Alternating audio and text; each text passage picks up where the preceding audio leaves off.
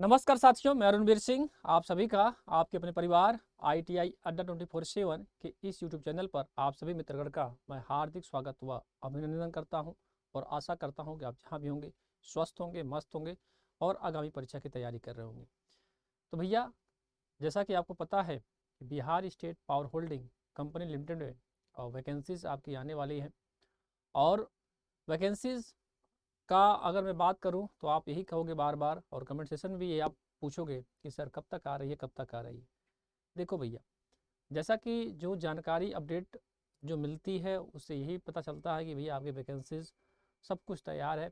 और आपने अभी एक लास्ट की वीडियो में भी देखा था कि मतलब जब भी आप जाओ और यही आश्वासन देते हैं कि बस बहुत जल्द ही, बहुत जल्द ही।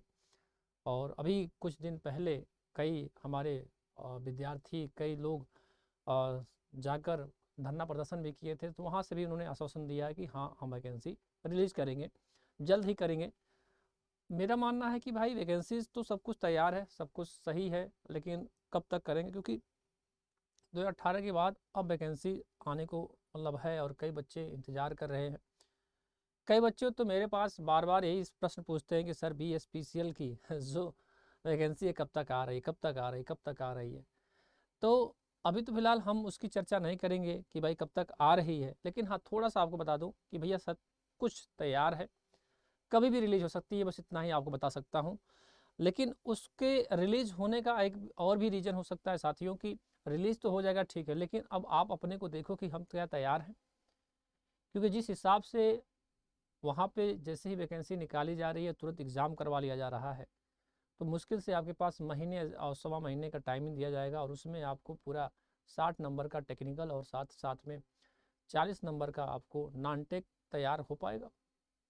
इन सभी बिंदुओं की बात है तो मेरा जहाँ तक मानना है कि भाई वैकेंसी तो आनी तय है, अगर शोरगुल शुरू है तो कभी भी आ सकती है, कभी भी रिलीज हो सकती है।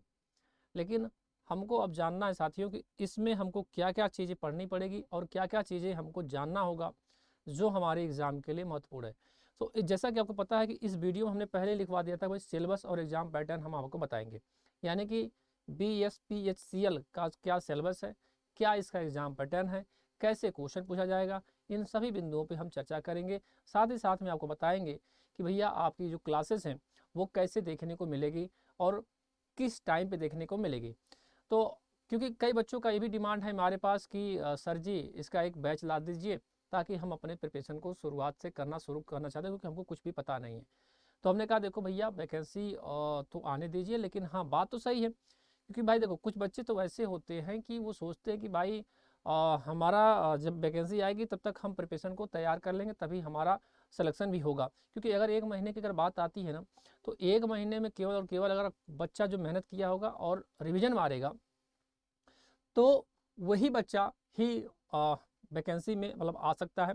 साथ ही मैं आपको बता दूं कि लगभग अगर मैं चर्चा करूं तो जो आपका इसमें 18 चैप्टर आपका टेक्निकल है, यानी इन्होंने बनाया हुआ सिलेबस बनाया है कि भाई हम इसी में से क्वेश्चन को पूछेंगे। ये बड़ा अच्छा लगा देखकर, क्योंकि टेक्निकल का मतलब बहुत बड़ा है पोजीशन, मतलब कि बहुत बड़ा सिलेबस है, लेकिन उन्होंने उसमें से भी कुछ छटैया कर दिया है। और क्या क्या छटैया किया है और हमको क्या क्या पढ़ना होगा इस पे भी हमको जाना, क्योंकि अब आपने इलेक्ट्रीशियन किया है। तो जैसे मैं बात करूँ PGCIL हो गया, EPPCL हो गया, ये तो हर जगह से एग्जाम में मतलब आपसे क्वेश्चन पूछ लेता है, लेकिन कुछ जगह ऐसा होता है कि जिसमें से केवल हम यहीं और यहीं से ही चैप्टर को उठाएंगे, तो आपको और चैप्टर की तरफ जाने की ज़रूरत ही नहीं है। जैसे हम आपको दिखाते हैं अभी कुछ देर बाद कि भाई क्या क्या है, उससे पहले थोड़ा सा हम आपको बताएंगे साथियों कि आप अगर अभी चैनल तक को सब्सक्राइब नहीं किया तो चैनल को सब्सक्राइब कर लीजिए, क्योंकि भाई आपको समय समय पर अपडेट क्या कहाँ पर क्या चल रहा है, किस तरह से चल रहा है, कितनी वैकेंसीज आने वाली है, कैसे क्या है, कौन सी एग्ज़ाम की प्रिपरेशन है, सब कुछ इस चैनल के माध्यम से मिलता है। तो अगर आप मुझे पहली बार देख रहे हैं, पहली बार चैनल को देख रहे हैं, तो भैया सब्सक्राइब भी कर लीजिए, क्योंकि इस तरह की अपडेट आपको हमेशा मिलती रहे। ठीक भैया? अच्छा, आ जाइए साथियों।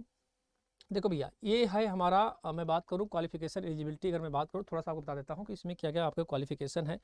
तो देखो क्वालिफिकेशन की अगर बात आती है मेरे साथियों, तो सबसे पहले ज़रूरी ये है कि आप 10th क्वालिफाई होना है, यानी कि आपने 10th पास किया। साथ ही साथ में अगर आप NCBT या ICBT, यानी NCBT ICBT कह रहा हूँ, SCBT यानी स्टेट से या फिर नेशनल से मान्यता प्राप्त आपका होना चाहिए ITI सर्टिफिकेट। कोई एक्सपीरियंस नहीं, कोई कुछ नहीं, केवल और केवल 10th और इलेक्ट्रीशियन ट्रेड होना चाहिए। और इसमें जो आपकी वैकेंसी आती है मेरे बच्चे, असिस्टेंट ऑपरेटर की आती है, स्विच बोर्ड ऑपरेटर की आती है, जूनियर लाइनमैन की आती है। इतनी वैकेंसीज आपको देखने को मिलती है। और आप देख सकते हैं कि इसमें जो भी हमारी एलिजिबिलिटी है, यानी जो बच्चा इसको कर लेगा वही इस फॉर्म को भर सकता है। अब हम बताएंगे आपको कि भाई आपका क्या क्या सिलेबस है, क्योंकि ये ज़रूरी है, सबसे महत्वपूर्ण, कि भाई क्या क्या आपसे पूछा जाएगा, ये आपका पॉइंट है। आशा करता हूँ कि आपको अगर थोड़ी सी अगर क्वालिटी आप बढ़ाएंगे, यानी कि अगर 240, 360 या 480 कर लेंगे जैसे इस वीडियो को पहुँचिए कि भाई क्या क्या सिलेबस है, तो आपको तभी दिख पाएगा। क्योंकि हमने जो नोटिफिकेशन 2018 का था वहीं से इसको निकाल कर रखा है बाहर की तरफ, यानी कि यहाँ पर ला कर रख दिया है। अब इन्होंने, आप खुद देखेंगे ऊपर लिखा भी है, syllabus for the conduction of CBT two the post of the junior lineman, assistant operator और टेक्नीशियन। इतनी वैकेंसी के लिए है भाई, है ना। और इसमें हमारा 18 चैप्टर है। सबसे पहले हमारा है एसी मशीन की वाइंडिंग, यानी जो हमारी वाइंडिंग चैप्टर है एसी का, वहाँ से यानी कि वाइंडिंग का पूरा आपको पढ़ना पड़ेगा लाजवाब तरीके से। दूसरा चैप्टर हमारा है अल्टरनेटर, ठीक है भैया। उसके बाद जिसे बोलते हैं बेटा एसी जनरेटर। फिर उसके बाद हमारा सर्किट ब्रेकर जो आता है, सीकेटी सर्किट ब्रेकर, डेली आप पढ़ते हो, पीजीसीएल के वाली बैच में भी पढ़ते हो सर्किट ब्रेकर क्या है।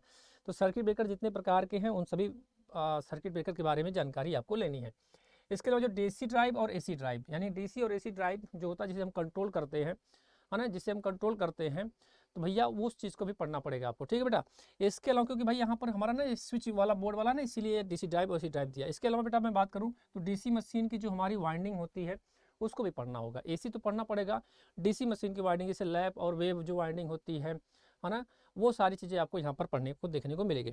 इसके अलावा बेटा मैं बात करूँ तो डोमेस्टिक एप्लायंस हैं, जैसे हमारा हीटर हो गया, लैंप हो गया, इनकैंडिसेंट लैंप हो गया, सोडियम वेपर लैंप होगा, जो भी हमारे डोमेस्टिक एप्लायंस में आते हैं, हीटर हो गया, है ना, उसकी कार्यकारी तापमान कितना होता है, उसका मतलब उसका कितने घंटे तक चलेगा, कौन कौन सा उसमें वायर लगाते हैं, कैसे कनेक्शन करते हैं, इन सभी बिंदुओं पे चर्चा करेगा भाई हमारे एग्जामिनर साहब। इल्यूमिनेशन चैप्टर यानी कि हमारा जो प्रकाश और लाइट वाला जो चैप्टर होता है, यानी प्रकाश मतलब जो उसमें भी लैंप वगैरह जो आता है ना, जो हमारा मैं कहूँ आपसे तो लैम्बार्ट को साइन का नियम, है ना, तमाम ऐसे नियम आते हैं, वहाँ से भी एग्जामिनर आपसे पूछ लेगा। इसके अलावा मैं बताऊँ आपको तो इंडस्ट्रियल वायरिंग भी है, यानी कि वायरिंग वाला चैप्टर भी, क्योंकि भाई इलेक्ट्रीशियन ट्रेड है तो वायरिंग तो बहुत ही महत्वपूर्ण है, तो वायरिंग चैप्टर भी आपको पढ़ना पड़ेगा। इसके अलावा बेटा मशीन कंट्रोल कैबिनेट है, कंट्रोल पैनल है और असेंबली वायरिंग वाला, ठीक है। फिर इसके अलावा पावर जनरेशन है, सिंगल फेज इंडक्शन मोटर है, सिंक्रोनस मोटर है। उसके अलावा मैं बात करूँ आपसे तो सिंगल फेज में जो होता है यूनिवर्सल मोटर का यूज कहाँ करते हैं, स्टेपर का, इसके अलावा रिपल्सन का, कैपेसिटर स्टार, कैपेसिटर रन, ये सारी चीज़ों को आपको पढ़ना पड़ेगा। थर्मल हाइड्रो इलेक्ट्रिक का है, न्यूक्लियर नॉन कन्वेंशनल का, ये तमाम जो हमारे पावर जनरेशन के चैप्टर हैं वहाँ से आपके क्वेश्चन पूछे जाएंगे। इसके अलावा बेटा 3 फेज इंडक्शन मोटर पूछा जाएगा। इसके बाद हमारा ट्रांसफार्मर की वाइंडिंग है, फिर ट्रांसमिशन और इलेक्ट्रिकल पावर वाला भी है। फिर उसके बाद बेटा आपका है VVVF और ACC ड्राइव, ठीक है। ये हमारी जितनी होती है ये हमारी ड्राइव ही आती है, जो मैंने बताया था आपको डीसी में सी में आ जाता है। फिर अंडरग्राउंड केबल के बारे में, यानी अगर मैं बात करूँ 18, और इन 18 चैप्टरों को पढ़ने के लिए मेरा मानना है लगभग 3 से 4 महीना, लगभग आपको 3 से 4 महीना पूरे जी जान लगाकर आप पढ़ोगे, तब जाकर ये पूरी तरह से तैयार होगा। 4 महीने मान के चलो, 3 से 4 महीने, 3 से 4 महीने में पूरी तन्मयता और पूरी लगन के साथ एक एक कोना कोना जान जाओगे भाई कि क्या कहाँ पर होता है, कैसे क्या चीज़ें होती, सारी चीज़ें आपको जानकारी मिल जाएंगी, ठीक है भैया। तो टेक्निकल के लिए भैया बता दूं आपको कि इसकी जो क्लासेस है शाम को 7 बजे चल रही है, सुबह 9 बजे भी क्लासेस चलती हैं। अभी फिलहाल के लिए शाम को 7 बजे की जो क्लासेस चलती हैं आप वहाँ पर जुड़ सकते हैं। और हम जल्द ही मकर संक्रांति के बाद से, यानी कि 14 से 15 के बाद से हमारा मन है ये कि भाई इसको हम चैप्टर वाइज करवाएं, नहीं समझे आप, यानी कि इसका जो MCQ है वो स्पेशल चैप्टर वाइज करवाया जाए। जैसे अगर मैं बात करूँ एसी मशीन वाइंडिंग है तो एसी मशीन वाइंडिंग आ जाएगी। अब एसी मशीन वाइंडिंग का चैप्टर उठा लिया जाए, यानी कि जितनी बीमारी आती हैं वाइंडिंग वाला चैप्टर उठा लेते हैं, उसी से अपन पूरा जो भी उसमें 7 8 8 10 चैप्टर जो भी बनेगा प्रैक्टिस मतलब सेट बनेगा उसका, ठीक है। फिर जैसे उसको कंप्लीट तो फिर उसके बाद अल्टरनेटर, फिर अल्टरनेटर कंप्लीट तो फिर उसके बाद सर्किट ब्रेकर, फिर circuit breaker complete DC drive AC drive दोनों एक साथ लेकर कर लेंगे। फिर उसके बाद डोमेस्टिक अप्लायंस का, फिर इल्यूमिनेशन का, मतलब चैप्टर वाइज ही करवा देते हैं, यानी कि एक एक चैप्टर को करवाते हुए प्रैक्टिस सेट को लेकर चलेंगे, आपका मजा आएगा। और आप लोगों को करना क्या होगा, जुड़ना पड़ेगा, आपका सपोर्ट चाहिए भाई, ठीक। इसके अलावा हमारी पूरी कोशिश ये भी होगी कि हमारी नॉन टेक की भी जो जनरल नॉलेज की क्लासेस सुबह चलती है, करंट अफेयर देखो साफ साफ लिखा है, पिंकी सर वो मैम पढ़ा रही हैं, साथ ही साथ में हमारे दीप मनी सर भी पढ़ा रहे हैं। तो भैया जीके जीएस की क्लास तो ऑलरेडी आपकी चली रही चैनल पे, आप देख सकते हैं, विजिट कर सकते हैं। ठीक है भैया। तो उसमें हमारा जनरल नॉलेज में हमारा क्या आएगा, करंट अफेयर आएगा, इंडियन हिस्ट्री यानी इतिहास आएगा, भूगोल आएगा, और आपकी पॉलिटी होती है जो मतलब जो मैं कहूँ आपसे तो राजनीति शास्त्र वगैरह जो होता है ना, जो मतलब इसके अलावा साइंस टेक्नोलॉजी, ये तो चली रही क्लास, साइंस की भी चल रही है ना। पॉलिटी मतलब आप कह सकते हो एक तरह से कि जो हमारा संविधान वगैरह का जो भी क्वेश्चन होगा वो आपसे पूछ लिया जाएगा। ठीक भैया, ये हमारी क्लासेस तो ऑलरेडी चल रही है। अब आ जाइए रीजनिंग की। तो रीजनिंग की भी हम कोशिश करेंगे कि भाई क्लासेस रीजनिंग की भी चले, है ना। तो रीजनिंग के लिए भी क्लासेस को हम पूरे प्रयास करेंगे भैया, जिसमें हमारा एनालॉजिकल होता है, सिमिलर है, प्रॉब्लम सॉल्विंग है, रिलेशन कंटिन्यूअस स्पेस जो भी है, ये सब कुछ हम आपको, अर्थमेटिक है, रीजनिंग है, यानी जो रीजनिंग आप पढ़ते हैं जनरल, वो सारी चीज़ें आपकी आ जाएंगी जो 10th लेवल की होती है। देखिए साफ साफ यहाँ पर लिखा भी हुआ है।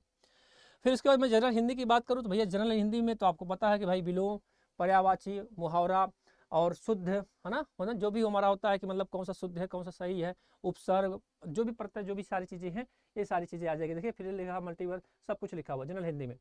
फिर अगर मैं बात करूँ तो इंग्लिश का भी कंडीशन हुई थी, यानी कि अगर मैं बात करूँ आपसे तो भैया आपको हिंदी की क्लासेस चाहिए, रीजनिंग की क्लासेस चाहिए, इंग्लिश की भी क्लासेस चाहिए, 3। इसके अलावा कंप्यूटर का भी रोल अदा है, और उसमें अगर मैं बात करूँ तो बेसिक नॉलेज ऑफ कंप्यूटर, और लगभग ये 60 का है तो 10 से 12 नंबर तो पक्का है कि ये आना ही आना है, नहीं तो 10 से 15 पक्का ही पक्का होगा, निश्चित होगा, इसमें कोई शक नहीं है।